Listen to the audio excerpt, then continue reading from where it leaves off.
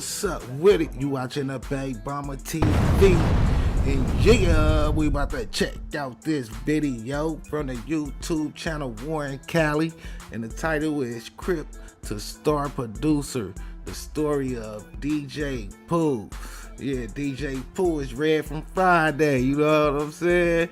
And he was in the wash too, you know what I mean? And it was hella funny. That role was funny as so he don't like mind playing like stupid roles and shit like that, you know what I'm saying? And funny roles, you know, so you can tell he got a sense of humor and shit. And I never knew he was no Crip though, you know what I'm saying? But let's check out this video and see what we can find out about DJ POOH. Yeah. Welcome back to another episode of Warren Cali. In this episode, I'm gonna detail the story of producer, actor, and writer, DJ POOH, most known for playing the character Red in Friday. DJ POOH grew up in Hawthorne. Cities like Inglewood are in close proximity. Hawthorne was once a white-only settlement, commonly called a sundown town.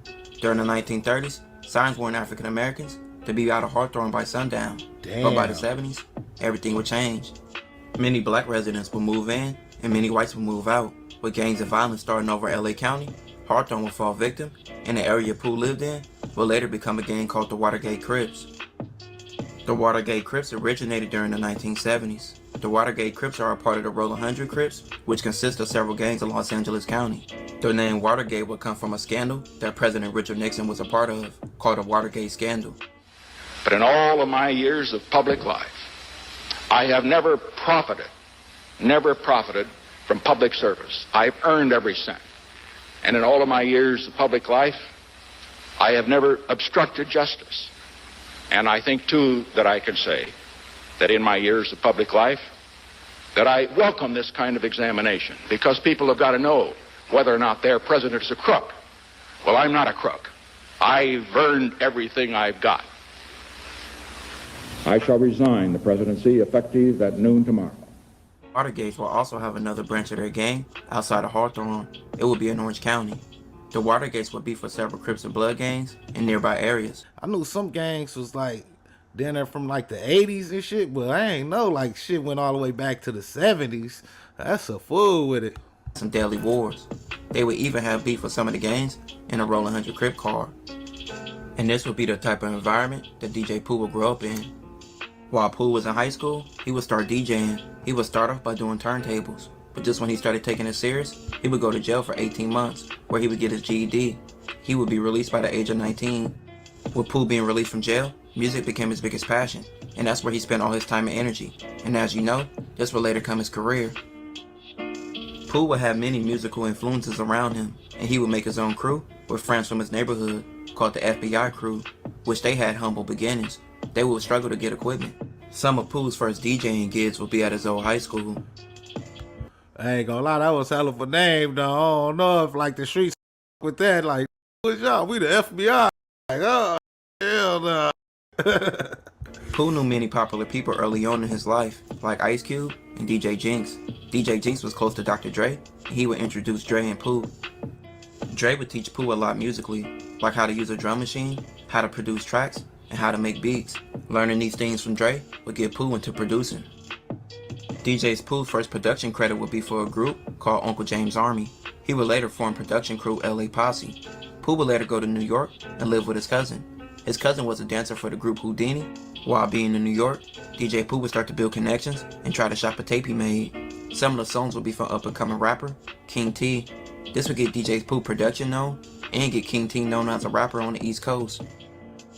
In 1987, DJ POOH would get his big break.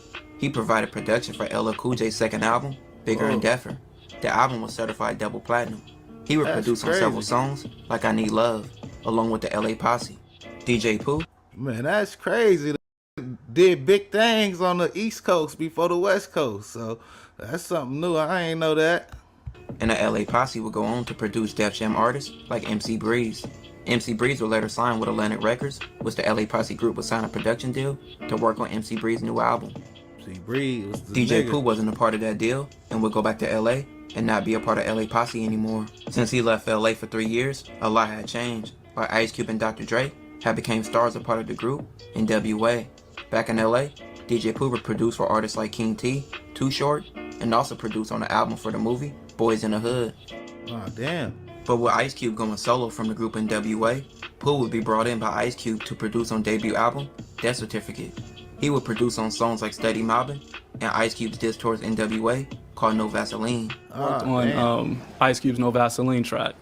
Now, is that true? That's true. Okay, now, when you worked on it, did you think it was going to become such a huge record that ended up becoming? You know, not. I mean, I always think when we're doing something, we all honestly think we hope and think it's going to do something, or else we wouldn't even be doing it. But it was something at the time that the Cube had the greater idea of what it would be, and had a vision. And he called me and woke me up in the morning and told me to meet him at the studio and help him with it. He would do production. I ain't gonna lie, I wasn't aware of that either. You know what I'm saying? That's a legend. You know what I'm saying? I thought it was just a from the movies. You know what I'm saying? But that's a legend. The following year, for Ice Cube's follow-up album Predator, producing on songs like Ice Cube Hits, Check Yourself, and Today Was a Good Day. You gonna talk over here. So Pooh, you got Cam over there on this soundtrack getting down, right? That's getting busy. Yeah, why don't you do me a favor? Just hold the mic over there so I can talk to Pooh, man. Pooh, hold on, Mike. I can't get and you getting all upset about stuff like that, man. What else is coming up with you and Cube? When is Cube's next album being put together? Well, we're working on it right now. It's supposed to be coming out in like September, something like that. But it's dope. We're working on that now. You know, we're trying to finish out Cam's album too. Want somebody to finish the album for me, man. So I Threat. Look, man. And the Lynch Mob. You know, we're working on that too. I'm gonna get me a mob. I get a mob. I'll show you a mob. Well, they You want to see a mob? I'll get a mob out here in a minute. I get a mob that'll mob your mob. Boys in the Hood comes out tomorrow. How'd you like your Gotta go see it. Gotta go see Boys in the Hood. And we'll be back tomorrow with Tonight with DJ Quick. This is the next video, DJ Quick. We'll be back. Pooh would even do production I ain't gonna lie, them like they was having fun, man. They had some good vibes, man, for real. on Ice Cube's artist, Yo-Yo's album. The album was called Black Pearl, and it came out in 1992. From 93 to 95, Pooh would produce for artists like King T, Cam, Mr. Grimm, Eazy-E, Tupac, The Dog Pound, and several others. Pooh would also do production on the movie Friday's album, and the movie was written by Ice Cube along with Pooh, who both also would act in the movie. Ice Cube playing the main character Craig, and Pooh playing the character Red. His character in the movie Red was always punked by a character named Debo, based on Pooh's homie from his hood, Big Mo, who was known as a neighborhood bully. Pooh had acted in several roles in Ice Cube's videos, but Friday would be his first real movie role, and the movie became a massive hit, and is still considered a classic today. It would be other Friday sequels, but DJ Pooh would not be a part of that. Yeah. There you go. He got some input in there. I ain't gonna lie, DJ Pooh gotta be a real to not even care about like being bullied in the movie. Like it's just a movie, you know what I'm saying? So don't play with their image like that, you know what I'm saying? They be like, oh hell no, I can't play that role. And you know, Pooh the one did the whole thing on Friday. Yeah, I know. But they stole it from him though. Yeah, but I was gonna say Yeah, Friday. you know, that was his worst work. Cause he got some way better stuff than that. But he did the whole thing for Friday, but they took it from him. So you know, they didn't give him all his credit. So you know, once again, you know, therefore we'll make sure he get his credit. Into the rest of the 90s, Pooh would work with artists like Eazy-E, Tupac, Snoop Dogg, Funkmaster Flex, and Badass. He would even drop his own album. The album featured people like Trey D, Cam, Roger Troutman, Charlie Wilson, and several more. But the album had minimal success. The 2000s will also be active for Pooh. He would be in several ventures, from writing films, acting, and still producing records. From 2000 to 2006, DJ Pooh would work with a long list of artists, from E40, Silk the Shocker, Flamin' Solo, C Murder, King T, D4L, Snoop Dogg, the Eastsiders, and several others. In 2000, DJ Pooh would direct and write hood classic movie, Three Strikes. The movie starred actor Brian Hooks. That shit a the classic movie wouldn't too. do big numbers in the box office, but is considered a hood classic. Along with directing, writing, and even producing the soundtrack to Three Strikes, DJ Pooh would play multiple roles in the movie, like reporter Trick Turner, and also a taxi cab driver. The following year, DJ Pooh would release the movie The Wash, which he also wrote, directed, and produced the movie soundtrack. The movie starred Dr. Dre and Snoop Dogg, with a long list of cameos from rappers like Ludacris, Eminem, Correct. I ain't gonna lie, that shit funny as, especially this scene right here. That acting slow as fuck. So game goofy. That's funny. Exhibit, and a long list of other celebs.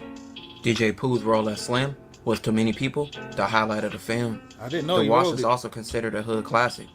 2002, Pooh would even write and be a major influence on classic video game GTA San Andreas.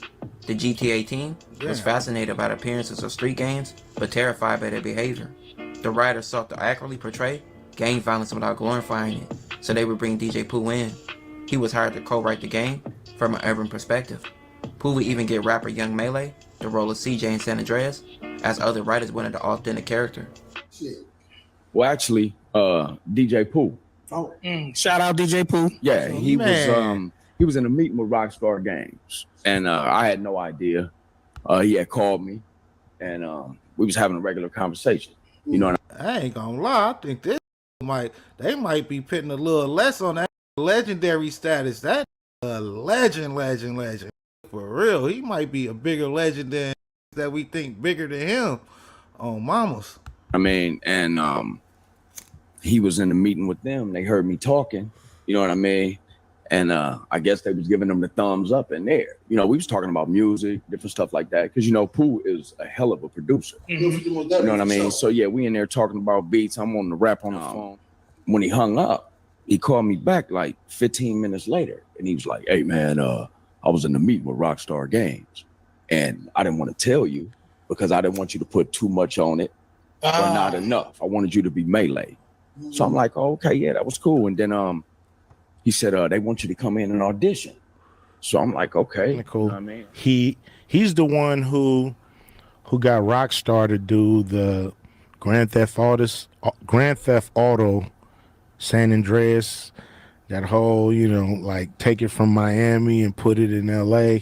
You know what I mean? Take it from the Miami dope culture to the LA gang culture. So he's the one who's behind the scenes with stuff like that, and he helped me write Friday. He produced. DJ Pooh will go on to do voice roles in the Boondocks, Freaknik the Musical, and also be a part of Grand Theft Auto 5 as a creative consultant and DJ on West Coast Classic radio station. He will also be a part of Grand Theft Auto Online as a cameo as himself and also a writer. He will also get solo the role of Franklin on GTA 5. I knew. Okay. You know, so that's how me and DJ Pooh got so tight. And after that, man, we got to be the best of friends. And I'm here today, man, and my whole career is based off of what DJ Pooh did for me, dog. Yeah, because in 2017, DJ Pooh will once again write and direct another film called Grow House, which featured people like Snoop Dogg, Lil Duval, D. Ray Davis, and Faizon Love, who he worked with in movies like Friday, Three Strikes, and The Wash. So Pooh, man, you've done, I mean, the list goes on. You did Friday, you also did The Wash. I mean, what was the process of doing this movie? The process of doing this movie was nothing like those. I mean, you know, this was a complete independent effort. I set out to make an independent movie, and you know, this is a small, low-budget movie. You know, it was under $2 million movie. We also got a tax credit from the state of California, which helped out. Love the state of California. and we set out to do just, you know, a comedy about growing weed, and I don't think a lot of people know what goes into growing weed, and so I thought it was a good idea to tell that through a comedy, because a lot can go wrong, and you know, we love making fun of everything that goes wrong. Awesome, man. DJ Pooh has played a role in many artists' careers in helping the culture in film, music, and even video games. He would go down as a West Coast legend. This will conclude this episode. Man, I ain't gonna lie. Like, I knew he was like a producer, but I ain't know all this. Like, I ain't gonna lie. I need to put a little more respect on the name, man. That is super legendary. You know what I'm saying? Man, we know if y'all learn some new about DJ Pooh too, man, because I ain't know all this. You know what I'm saying? Let me know in the comments. Like, share, and subscribe to the Big Mama TV. Until next time, peace.